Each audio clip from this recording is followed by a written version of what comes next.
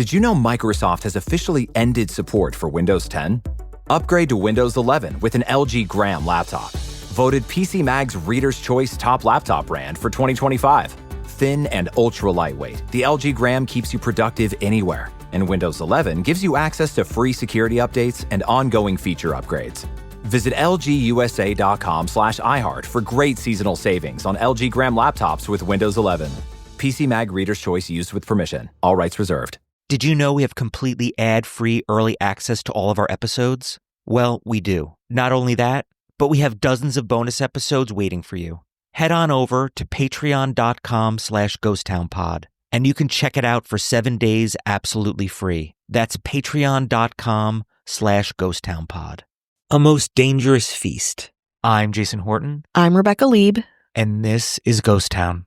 If you're listening to this episode when it comes out on Wednesday, December 31st, 2025, you're also likely preparing for the new year, happening, of course, at midnight tonight. Maybe you're going to a party or heading out of town or downtown. Maybe you're just trying to stay awake on your couch. No judgment. Whatever you're doing, however benign or debaucherous, I promise you, it pales in comparison to how the Romans partied back in the 900s. The Roman poet Catullus described our episode's topic today, a wild, week-long New Year's phenomena, as, quote, the best of times. But don't take his word for it.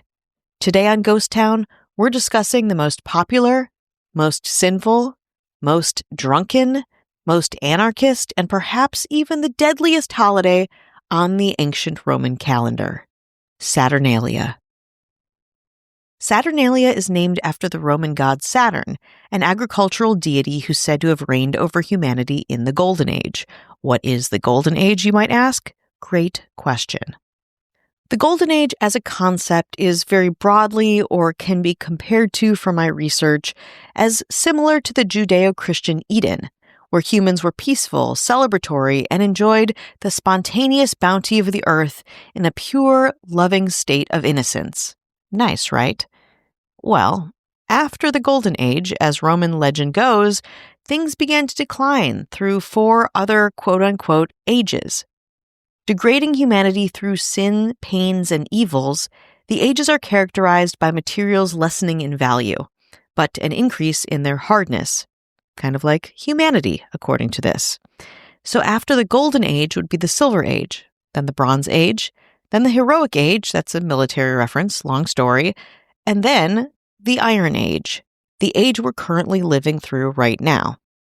In any case, Saturnalia at its core was supposed to try and recreate and celebrate the conditions lost to the mythical, most amazing age of all, the Golden Age.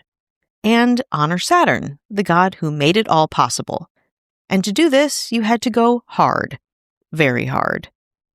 Saturnalia is not described as a whole from beginning and end in any single ancient source, so we kind of had to piece it together over history. Saturnalia was the setting of a multi-volume work by the Latin writer Macrobius, who is perhaps the biggest source for information about the holiday. Macrobius describes Saturnalia as a New Year's festival of light, leading to the winter solstice, and as a celebration of the reign of course, King Saturn. It was, in his words, quote, a time of great happiness, both on account of the universal plenty that prevailed, and because as yet there was no division into bond and free, as one may gather from the complete license enjoyed by slaves at the Saturnalia. In Lucian's Saturnalia, it is Cronus himself who proclaims a, quote, festive season, when 'tis lawful to be drunken, and slaves have license to revile their lords. We'll get to those slave taking over twists in a moment. One final explanation for how Saturnalia evolved is from the Talmud, which says that the origins of the holiday come from the time of Adam and Eve, again, hearkening back to this golden, innocent age. Saturnalia initially began as a single day, but by the 1st century BC, it had expanded to a week-long festival beginning December 17th or 25th, depending on which calendar you used, the Julian or the lunar. It was a festival so nice they had to make it twice, and then twice again, and then a week long. The holiday would officially commence with a loud shout or salutation of Io Saturnalia, giving the go-ahead for people to feast. Much like our Ao, the Io was not only the phrase to greenlight the party, but the punchline of any jokes. Clearly, we haven't changed that much since the 1st century. While first just a big drunken New Year's feast, history took this holiday of Saturn up a notch. In 2017 BC, Romans suffered from one of their most crushing defeats in the Second Punic War. Romans were pretty upset about their whole thing, the loss against Carthage, and as a whole feeling like they weren't the power that they once were. After a consultation with the Sibylline books, things changed. The Sibylline books themselves probably deserve their own episode, in fact, they do, but I will sum up their function briefly. Thought to be brought to Rome by King Tarquinius Superbus from Sibyl, these 3 mysterious scrolls contained cryptic Greek verses consulted by priests during state crises like wars or plagues, and had an intense culty following all their own. So after Romans went to the Sibylline books to figure out how to recover from the war, they were told they needed to make Saturnalia a bit more intense, really celebrate Saturn, and show their true and undying allegiance to their Roman gods. This included lots of things, but maybe most concerningly, rites, aka sacrifices, of the human kind. More after this break. Did you know Microsoft has officially ended support for Windows 10? Upgrade to Windows 11 with an LG Gram laptop. Voted PC Mag's Reader's Choice Top Laptop Brand for 2025. Thin and ultra lightweight, the LG Gram keeps you productive anywhere. And Windows 11 gives you access to free security updates and ongoing feature upgrades. Visit lgusa.com/iHeart for great seasonal savings on LG Gram laptops with Windows 11. PC Mag Reader's Choice used with permission. All rights reserved. After the Second Punic War, Saturnalia was transformed into an even bigger deal because, well, Romans were desperate to get the gods back in their favor. So how did they do that? Lots of ways. But first, aside from partying and feasting, was social anarchy. Not encouraged, but mandatory. To show the gods that they were thankful for their lot in life and what they'd been given, societal roles were completely turned on their heads in a kind of indulgent satire, a crazy class-blind event without any rules. The enslaved were treated to a luxurious banquet usually enjoyed by their masters, or at the very least, the lowest in the house dined next to the highest, or with the lower classes and slaves feasting while masters and rich men served them their food and drink. Gifts were freely given with little poems attached, the first sign of what we'd call a modern-day greeting card. But while gifts were all well and good, it wasn't just niceties that defined the chaos. Social anarchy also involved slaves being able to disrespect their masters without any punishment. They would criticize, parrot, and mock their higher-ups in what the Augustan poet Horace called December liberty. Very unlike the culture of the time, women could also do what they want, at least more than usual, and would fraternize at men's dinners, act like men, dress like men, and drink like men.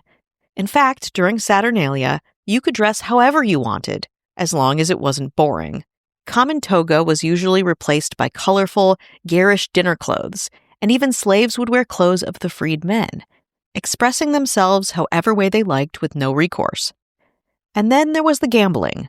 Normally prohibited or at the very least socially unacceptable, gambling money, gifts, food, and booze was par for the course.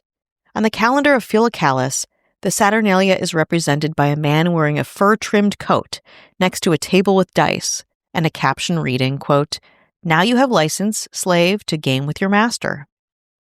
And then there was the sacrifices. In sources of the 3rd century AD and later, Saturn is recorded that on or near Saturnalia, the priests would receive dead gladiators who had lost during the events leading up to the holiday.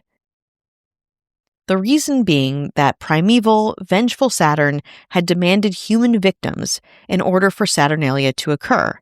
Of course, some historians believe that this might have slowly changed into lighting candles, putting masks on display, and such use of figurines in the place of actual people.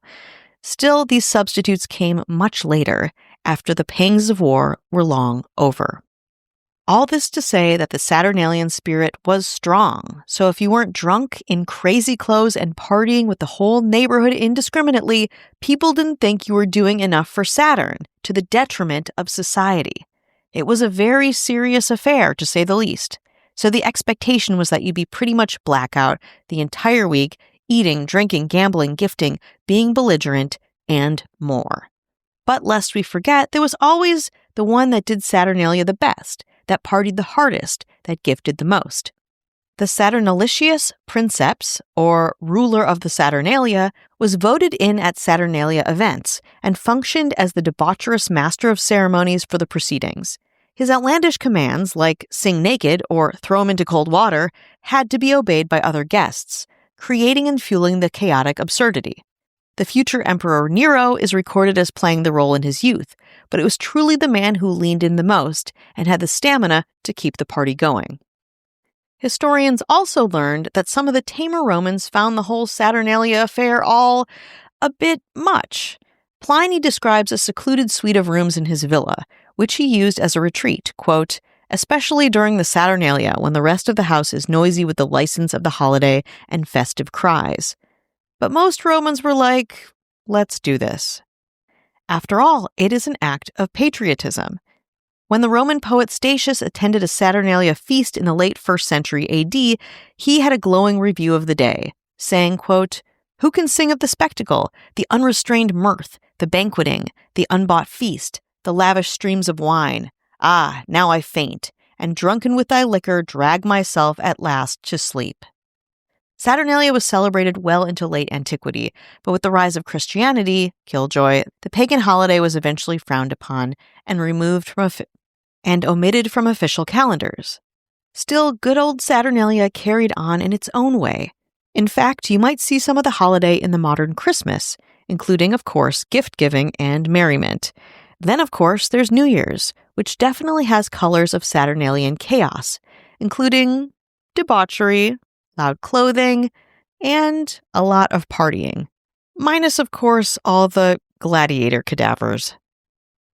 In light of tonight, listeners, and on behalf of Ghost Town, have a very Saturnalian New Year's, or, just as Saturnalian as you'd like.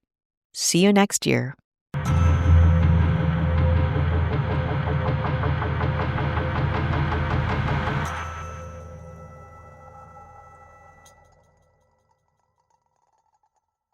Did you know Microsoft has officially ended support for Windows 10?